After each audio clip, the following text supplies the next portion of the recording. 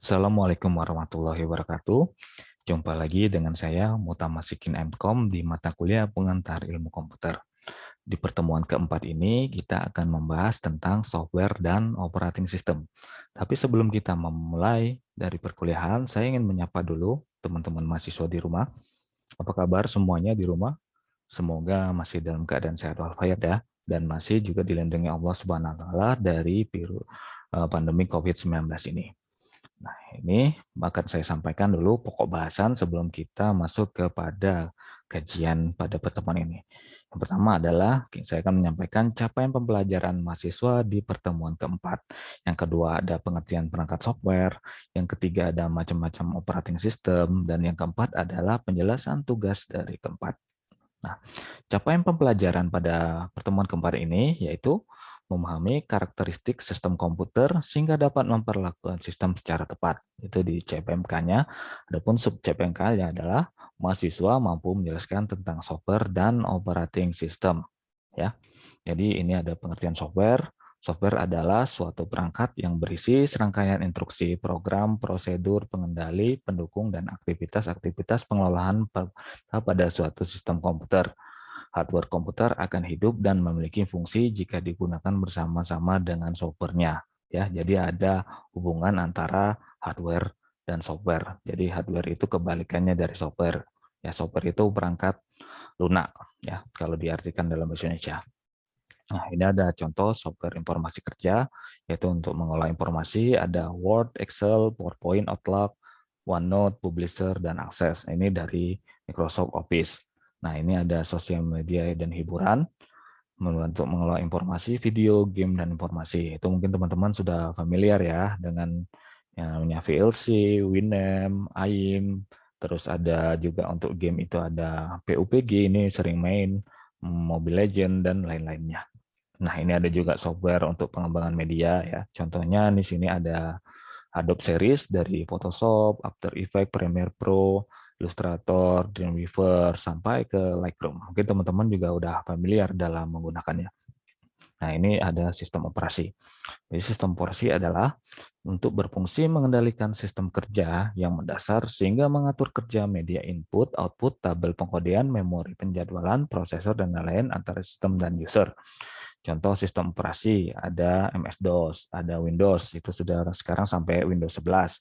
Ada Linux, ada Macintosh, ada Android, Windows Phone, dan iOS.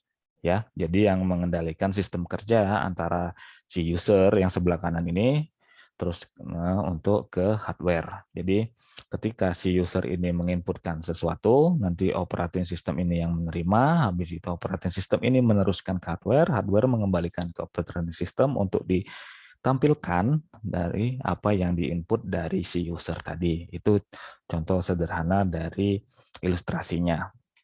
Nah, ini ada jenis sistem operasi laptop dan PC. Salah satunya macOS yang hanya berjalan pada komputer Apple ya. Selanjutnya ada Windows yang bisa berjalan di jenis komputer. Nah, tidak menutup kemungkinan di Macintosh tadi bisa juga dijalankan operating system Windows. Selanjutnya ada operasi smartphone. Smartphone ini juga menggunakan operating system ya. Ada Android, iOS, dan Windows Phone. Jadi kalau ditanya orang HP-nya apa? Bukan Android, tapi HP-nya smartphone. Tapi di dalamnya ada operating system, yaitu Android, iOS, atau Windows Phone. Nah, itu jangan salah lagi ya, teman-teman. Nah, sampai di sini, apakah ada yang ingin ditanyakan? Atau karena sangat singkat waktu kita dalam perkuliahan kali ini, jika ingin diskusi lebih lanjut terkait software dan operating system, silakan bertanya di grup Telegram atau forum diskusi pada Spital Suta. Insya Allah nanti akan saya tanggapi satu persatu. Ya. Dan ini ada tugas keempat, yaitu buatlah video tentang tutorial penggunaan salah satu aplikasi desktop atau mobile yang kalian pahami dengan ketentuan sebaik berikut. Satu, videonya durasi 3-5 menit atau lebih. Ya, dan video menggunakan aplikasi tersebut baik secara umum maupun hanya suatu fungsi tertentu. Ya, contohnya misal dari login, terus habis itu ada fitur-fitur apa di dalam itu dan bagaimana secara detail penggunaannya. Nah, yang ketiga, tutorial tidak diperkenankan membuat tutorial terkait aplikasi Microsoft Office, sosial media, dan yang mengandung unsur porno. karena Microsoft Office dan sosial media ini sudah umum ya kalian gunakan. Apalagi yang unsur porno itu saya tidak perkenankan untuk membuatnya. Dan keempat, video ini dikerjakan secara mandiri dan kalian nanti upload ke channel YouTube kalian masing-masing lagi dan membuat nama, terus juga nanti judulnya sesuai dengan yang seperti sebelumnya. Nah, yang kelima, link video ini nanti kalian kumpulkan di e-learning kelas masing-masing pada forum tugas kumpul di sini.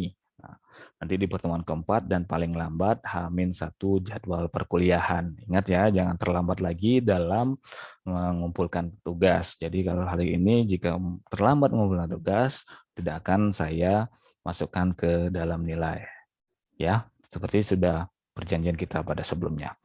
Oke, terima kasih dan selamat mengerjakan. Sampai di sini dulu mungkin perkuliahan kita pada pertemuan keempat ini. Sampai jumpa di pertemuan kelima. Mohon maaf jika ada salah kata. Dan saya akhiri perkuliahan hari ini dan semoga kita tetap dalam lindungan Allah Subhanahu wa taala. Saya akhiri dengan wassalamualaikum warahmatullahi wabarakatuh.